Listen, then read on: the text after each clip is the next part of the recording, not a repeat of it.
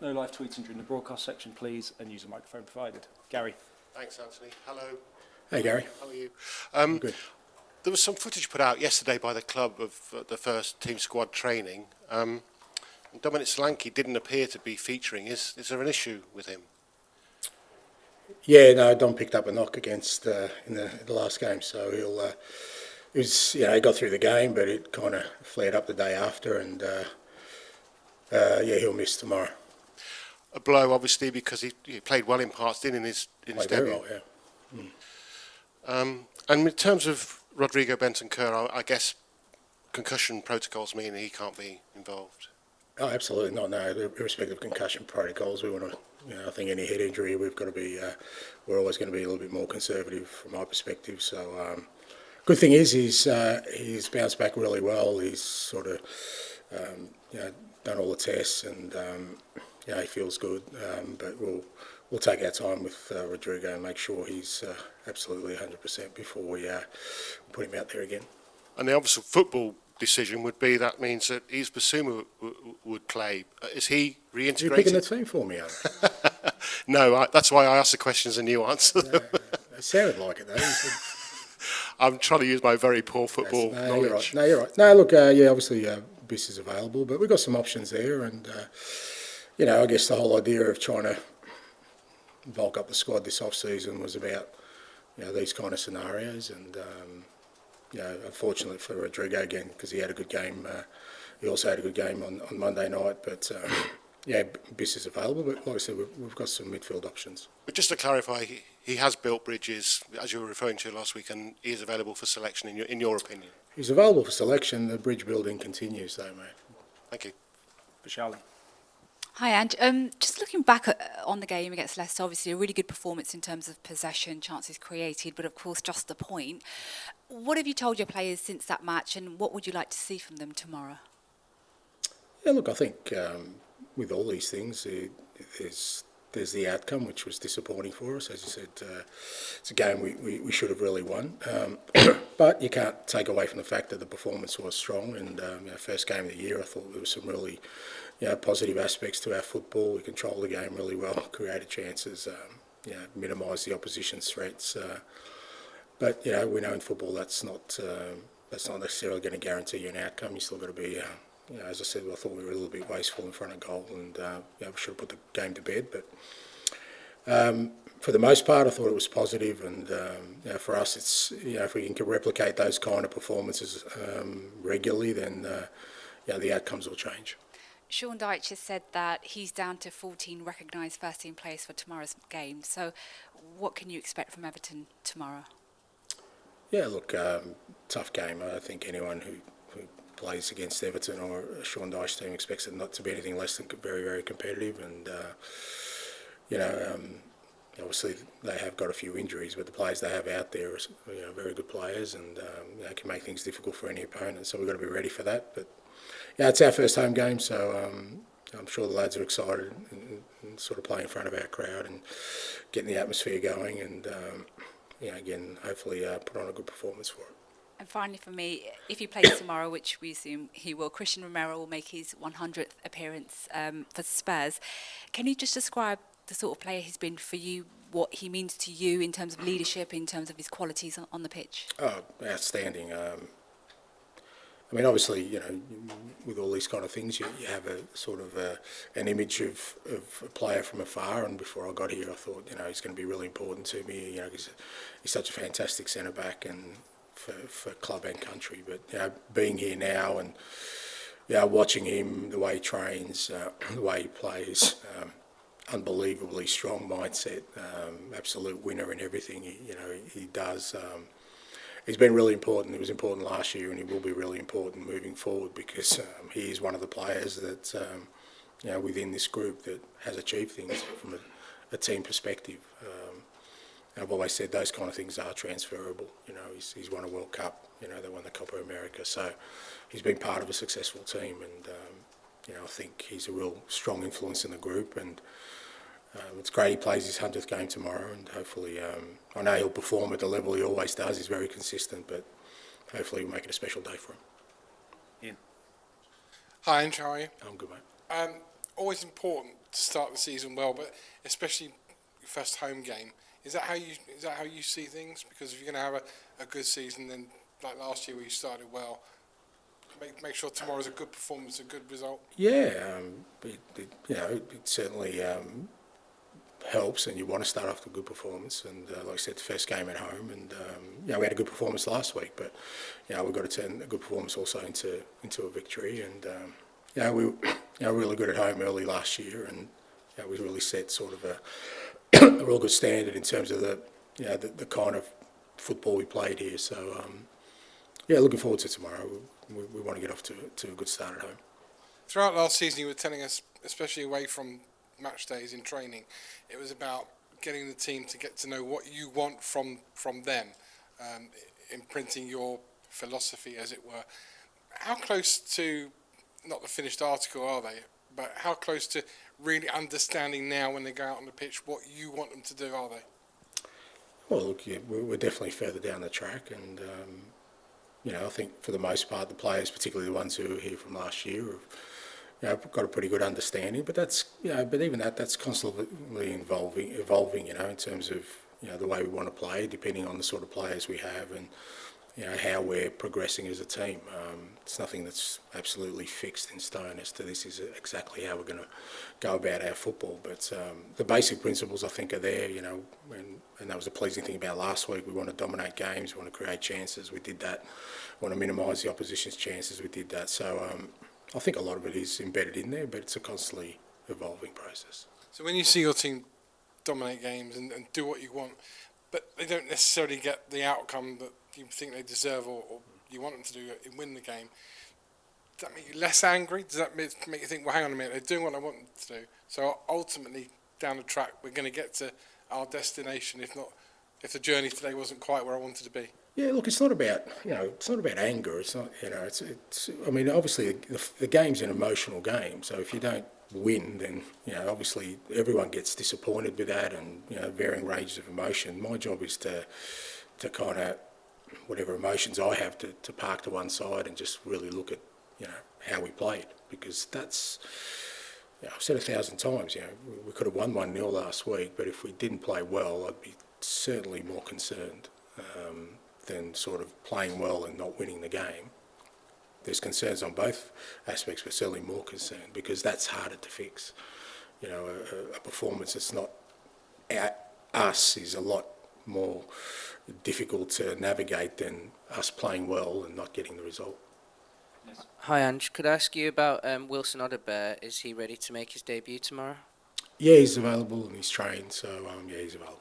Excellent. And that was a bit of a signing that was kept under wraps. We didn't really know a lot about it, and then it sort of just happened. How did you sort of sign him? Why did you sign him, and what was the thinking behind it? We went through the same sort of processes, and he was one we identified really early on. In the summer, as no secret, we were looking for a wide player, and Wilson was one of the ones we highlighted. And it was we had to kind of sort of just go through certain steps to get these things done. They're not as straightforward as just saying that's who we want, go and get them. Obviously, getting Big Dom in was really important for us, and we spent a lot of time working on that deal. And but once Dom was done, there was one target, and that was Wilson, and it happened really quickly. I really like his, the way he plays in the wide areas is different from our other wingers. He's a dribbler. He likes to get into the front third. He can play either side. He can play central. Had a really good sort of development in terms of you look at his trajectory, and from PSG as a youngster to Troyes, playing in Ligue 1 in France and Premier League football before the age of 19. I think he ticked all the boxes for us, and he's a fantastic young bloke as well. So really happy to get him in. Do you expect an impact from him right away, or is it kind of one for the future more this season? Look, I think with all the players we've signed, I think you've already seen, irrespective of age, we signed him because I think they can make an impact, and certainly I see that with Wilson. He's a year older than Archie and Lucas, and they've already made an impact. So, we signed the players because we're still in that stage of building a team, and as I keep saying, I don't want to bring players here who I don't think can meaningfully contribute to what we're trying to do in the short term, and Wilson definitely will. Hi, Ange. Can I just ask you about Dominic's injury, exactly kind of what it is, and also will he miss more than one game? It's an ankle injury, mate. He copped a knock really early that somebody went across his ankle, so he's definitely out tomorrow, and then it just depends on the recovery. Obviously, next week then there's the international break, so, but it's not serious, we know that, yeah, just an ankle injury. And just is Richarlison fit enough to start if you need him to? Yeah, Richie's trained 2 weeks, and yeah, he's ready to go. Obviously, he hasn't played for quite a while, which you've always got to sort of guard against, but he's available and ready to go. I just want to ask about Oliver Skipp, who's left the club. Obviously, previous managers maybe heralded him as a future Tottenham captain he could have been. Why do you think it just didn't quite work out for him? Well, I mean, just that's what happens in football sometimes. I wouldn't say it didn't work out, because it might have worked out. He might have, probably will have a fantastic career at Leicester. So it doesn't always, just because one door closes. I mean, there's very few players who just play at one club their whole career. But since I've been here, Skippy's been, excellent attitude, good footballer. Hasn't had the opportunities he probably wanted and deserved. And I think for every footballer, as I keep saying, they've got decisions to make in terms of their own career. And he was getting to an age where I think he felt like, he wanted to be playing more minutes. But a fantastic person, an academy graduate, who ended up playing for his club for a number of seasons. So I don't think that's not working out. I think it's, it's a credit to him. And like I said, I'm sure he's going to have a fantastic career from here on. Hi, Ange. The club announced earlier that Ashley Phillips is going on loan to Stoke City for the season. Just wanted to ask a little bit about the rationale behind that and what you thought about his performances in pre-season. Yeah, Ash. I think it's a really good loan for him. Going to Stoke. Obviously, I guess with the younger players, it's a balance between, well, if we keep them in the squad, are they going to play meaningful minutes? And with Ash, we didn't feel that was going to be the case. And he sort of played the back end of last year at sort of fairly regularly at Plymouth, and we feel like he needs to play more football. Centre backs, it's a bit of a trickier position. Sometimes players need more game time to develop and improve rather than just training, and we felt it was the best decision for him. Can I just check on Pedro Porro, and who appeared to come off? Yeah, he's fine, mate. Yeah, he trained and bounced back okay. And anyone else that you're expecting to be out? No, everyone else. Everyone else is all good. Thanks. Okay, we'll finish this section with George, please. Hi, and just going back to Ash Phillips, that leaves you with 4 recognised centre-backs. Are you kind of happy with that depth, or is that an area that you might try and do something over the next week or so? No, look, I think obviously we've got Radu, who's is going really well, training really well, and Ben can play centre-back as well. So Archie can fill at centre-back, so I think we're okay. And just with Archie, I guess he's a candidate to play tomorrow instead of Bentancur. He's obviously very young into his career, but he showed incredible depth and versatility. Do you think long-term 6 is potentially where his position is going to be? Who knows, mate? I mean, everywhere we've put him so far, he's looked really comfortable, and it's a credit to him that he's sort of adjusted to Premier League football. I mean, that was him and Lucas's first Premier League game last week, and they came on and made an impact, which is fantastic for us when you think about 2 18-year-olds who are already making an impact. But we'll see with Archie. Like I said, he's obviously a very smart young man in terms of receiving information. So whatever position we put him, we kind of try and guide him through that, and he takes that on board really well. And it's going to be an asset for us. I mean, look, we're 1 game into a 50-plus game season, so I'm sure he's going to play a lot, and he might play a number of positions. And where he ends up, mate, I think he'll be the master of his own destiny in terms of that. And just finally, with the transfer window shutting in a week, how kind of active do you expect the next week to be? Is outgoings a big area that you sort of want to push to get a few more out? Yeah, look, we're still, probably a couple more who probably will go out, but we've done a fair bit of work, in the last 12 months in terms of the squad. As much as, the focus has been on getting guys in, we've changed the squad a fair bit. We've brought down the demographic a fair way. I think we've brought in footballers who are more sort of suited to playing the football we want to play and moving forward. So there's been a lot of work done in that area from our perspective. But with a week ago, there's still a little bit to do. Okay, we'll end the broadcast section there and move on to the Embargoed section for 10:30 p.m. tonight. Tom? We've gone out, Richarlison, you think a big chance he could play. Everton last year, when he scored that twice, took 2 goals at Everton, was perhaps the best we've seen of him. The game the other day, he had that chance right at the end. The image of you sort of slumped over afterwards, sort of summed up what Spurs fans were thinking. I suppose my question is, how do you get that consistency out of him? I know he's had injury problems. Yeah, I mean, that is a big part. I mean, you talk about the Everton game last year, but that was kind of a spell of him playing really regularly. And even like, I thought last year, whenever he got a series of games, he just looked better and better and better. But then, you know, invariably sort of an injury hit. So, you know, I think that chance the other night, if he'd sort of had a full pre-season and played half a dozen games, you know, he'd probably bury it because he's so good in the air. You know, I remember last year, I think it was Sheffield United, second game, it's a very similar header he buried, but he'd had a pre-season with us. So that's the thing with Richie, just trying to get him fit. And obviously we've got to be a little bit careful with him because he hasn't played for quite a while.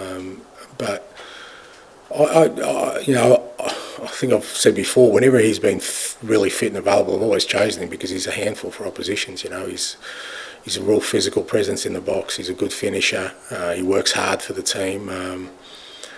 But hopefully now getting Dom in, the whole idea was that we can sort of share that workload and not sort of be so reliant on one player. But, you know, I think, you know, he's still at a good age, Richie, where, you know, he can still play some fantastic football for us, and we just got to make sure we sort of keep him fit and manage his workload so we get the best out of him. That was kind of leading on to my next question. Does this exact scenario that's come up with Dom's injury sort of sum up why it's important to keep him at the club and have 2 top strikers? Yeah, absolutely. Look, if, you know, I mean, Richie's not going anywhere, but if he did leave, I'd definitely sign another striker. I mean, we had that issue last year, you know, we were really short in that area. And I mean, to be fair, the whole pre-season we played without a striker. I mean, I was playing Deki Kulusevski through there the whole sort of pre-season because we hadn't signed Dom and Richie was out, and it makes a difference to the way we play when we have a striker in there. And yeah, it's really important for us that we have, you know, 2 recognised strong strikers in the team. And just finally, you mentioned with Bissouma that the bridge building continues. I just wondered what his reaction and his behaviour, his attitude has been like this week. You know what it's like when you punish a child and they do everything right for the next 2 days? You know, he's first in the meetings, he's doing everything right, but there's always temptation down the road, so we'll see. But, you know, like I said, I've always believed in, you know, opportunity for redemption and learning. So we're still in that space at the moment with Biss, but obviously that door closes after a while if there's repeated sort of. So he's been good, but I would have been surprised if he wasn't. And it's always the key with Biss is just the consistency of that, you know, consistency of behaviour, of, you know, what he does. It's not that he's, you know, doing a lot of bad things. I mean, you know, the last transgression obviously was very serious, but it's the little things along the way also that, and I think sometimes that manifests in his game as well, you know, where he's really good and then, you know, he'll have a moment where he's not, and so I think it all correlates. So from our perspective, it's about trying to, you know, continually guide him, but as I keep saying, that's up to him. You know, he's got to continue to try and do, you know, be the best version of himself he can possibly be. Angelo, is Deki as centre forward still a live option for you? Yeah, it's an option, yeah. I don't think it's his best area, but he's certainly through the pre-season, and even, you know, we used him, I think, a couple of games at the back end of last year. Might have been, well, at least one game we used him there. And look, he's such a hard worker. He runs the line really well. He can link up with sort of, you know, the rest of the team in the build-up, where I think he can do a job for us there, but I don't think that's his best position. Well, what he's saying to us more about Dom, I suppose every striker comes in and wants to score a goal and they make a big move like that, but it's a big blur. Yeah, it is, but, you know, every story is written differently, mate. They're not all just fairy tales where you make your debut and score a hat-trick. He was very good for us last week, and I guess we're just as disappointed because it's really exciting, you know, to see that, he's going to fit in really well with what we're doing. I've got no doubt about that. It's just a small hiccup, mate. He misses a game or two, and you know, we've got, like I said, it's game one of 50+ games. He'll have plenty of opportunities to you know, recover from that. Yeah, for me, the exciting bit was just watching him in our team last week. I can see he's going to be a really good fit. Paul? You mentioned that Richarlison hasn't played a lot of football recently. Is he fit to start this game if you need him to play now? Well, he's fit to start the game because he's training, but can he play 90 minutes? No. So, you know, that's where the decision lies, because of course he's fit to start a game because he came on last week. You don't come on a pitch unless you're fit. So, but game time and sort of match fitness is different, and he hasn't played a minute in pre-season. So, it's, you know, that's the challenge. So he could start for sure, but he's not going to play 90 minutes. So it's where we give him his minutes. Was there interest in him this summer? You brought another striker in, so it'd be kind of normal for clubs maybe to nibble? Don't know, mate. They don't come to me if they've got interest. They go to other people. But you said he's not going anywhere, so you want Well, to stay in his... Yeah, like he's not one that, you know, we were kind of looking to move on, not from my perspective anyway. But yeah, as I'll see it right now, we need 2 strikers, and that's what we've got. Any others? John? Obviously, managers always looking at one game at a time, but the fans will be looking at the North London derby. What you said about the When is that, mate? So. Well, you said about the international break. Yeah. Dom Solanke should be fit for that. Oh, okay, okay. All right. Fair enough. That's all right. Yeah. No, look, it's not serious enough to keep him out for 5 weeks. No. So, look, he's still a chance for the Newcastle game. That's kind of the extent of it. It just depends how quickly he recovers. It's obviously a blow to him, isn't it? Because he's the big new signing. You had to put your arm around him. To worry about it, or does he not need that? You know, I'm not that type, mate. So, you know, but he's a big man, mate. And now, look, I think I've always said that to footballers. You know, you know, nothing runs smoothly. I mean, think of the poor old manager, mate. Forget the player. What about me? You know, I've just lost my key striker from, you know, a week after buying him. What about me, mate? Who puts an arm around? Yeah, see, I need an arm around me. No, it's all good. Look, you know, I think, like I said, we didn't sign Dom for one match. You know, and he knows that. You know, he's here for hopefully a long time to have a real impact this football club and bring success to it. And I thought it was exciting last week what we saw. And you know, this is just a small sort of bump in the road, and we'll get over it and move on. And I'm sure he'll be looking forward to getting back out there. Okay, thank you very much. Thank you. Thank you.